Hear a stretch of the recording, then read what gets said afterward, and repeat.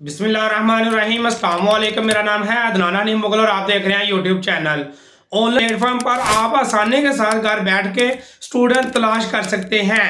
ना सिर्फ आप स्टूडेंट तलाश कर सकते हैं बल्कि आप अगर किसी एकेडमी के अंदर या किसी अदारे के अंदर सर्च करने के तीन तरीके हैं। पहले नंबर पर है ऑन साइट जॉब, दूसरे नंबर पर है रिमोट जॉब और तीसरे नंबर पर है हाइब्रिड जॉब।